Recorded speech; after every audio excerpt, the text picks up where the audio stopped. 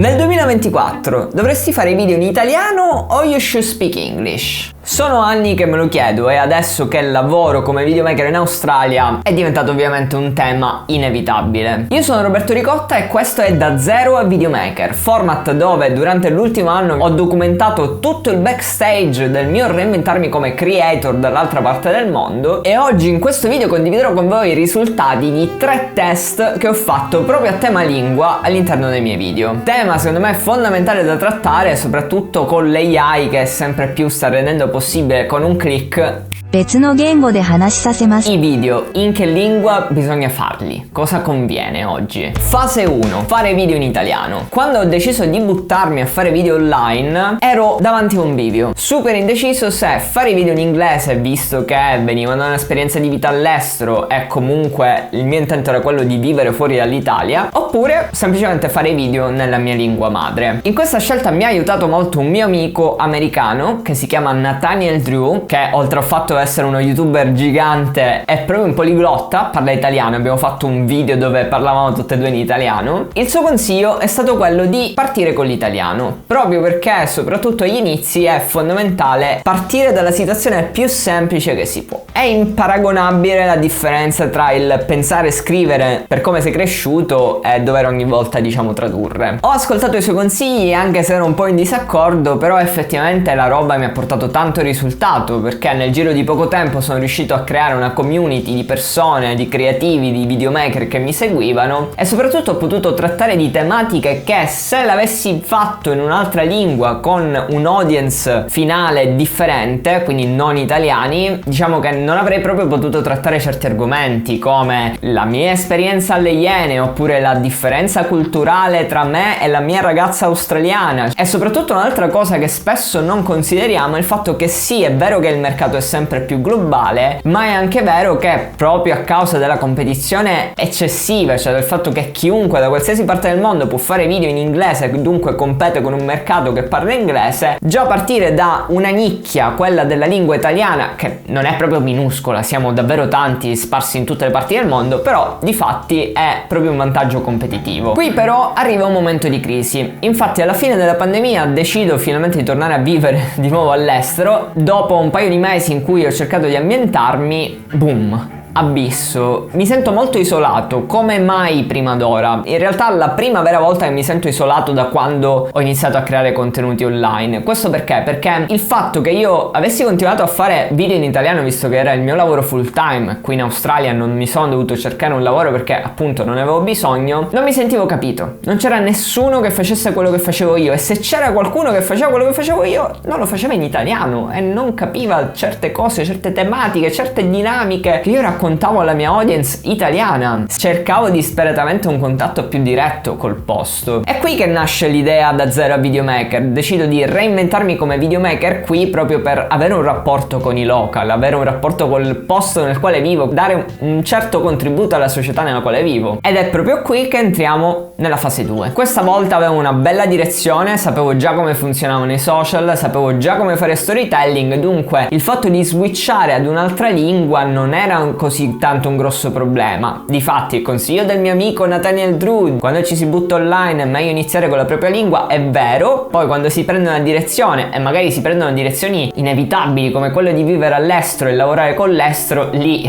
figlio mio, se parli italiano come ti capiscono gli australiani? Dunque decido, e qui ho fatto anche un video su questo canale, di aprire un altro canale in inglese. Una bella challenge, a me piace mettermi un po' in gioco, il fatto di non avere un inglese perfetto. I will start making videos in English. Diciamo che richiede tanta vulnerabilità, ma anche tanta faccia di culo, e sfruttare i propri difetti a nostro vantaggio è una cosa che dà nel lungo termine tanta soddisfazione. Però il tempo è limitato. Per cercare di ottimizzare i tempi, visto che sono completamente da solo, apro solo una seconda branchia di contenuti solo short form in inglese, e i risultati che arrivano sono incredibili. Non me ne aspettavo. Un sacco di gente inizia a supportarmi, sì, un sacco di gente anche tra di voi, anche se vi avevo detto, bastardi, di non seguirmi in quel profilo perché mi rovinavate l'algoritmo, però tanta gente mi ha davvero supportato e piano piano, anche se in poca percentuale rispetto al pubblico di italiani che è presente lì, qualcuno da fuori che non parlava italiano mi ha iniziato a scrivere, e per me che ho sempre fatto video solo in italiano, solo avuto a che fare con italiani, è stato quasi una boccata di aria fresca, soprattutto per il fatto che quando si creano contenuti online le community si creano tramite un senso di appartenenza. Quando parli in italiano a un pubblico italiano, diciamo, è più facile creare questo senso di appartenenza, soprattutto se diventi un italiano che poi vive all'estero e racconta il vivere all'estero. Nonostante io parlassi in inglese, c'era comunque un punto in comune con qualcuno che veniva da altre parti del mondo. La gente ha trovato in comune questo uscire dalla comfort zone. Ho scoperto che si rivedeva un po' in quello che era questo mio nuovo percorso, e questa roba ti riempie il cuore di gioia. E la parte più bella è stata quando ho ricevuto una mail da parte di una ragazza, una studentessa australiana che vive in Gold Coast, dove mi chiedeva un'intervista per inserirmi all'interno di un suo progetto universitario, proprio perché voleva parlare di filmmaking, creatività, videomaking, un local che tiene in considerazione la mia storia piuttosto che la storia di un altro australiano che, sapete, chissà quanti australiani ci sono che fanno quello che faccio io. Incredibile. Quello è stato uno dei momenti più belli da quando ho deciso di aprire quel profilo. Indovinate un po' che cosa ho fatto dopo tutti questi risultati? Ho mollato. Stupido Roberto, sei un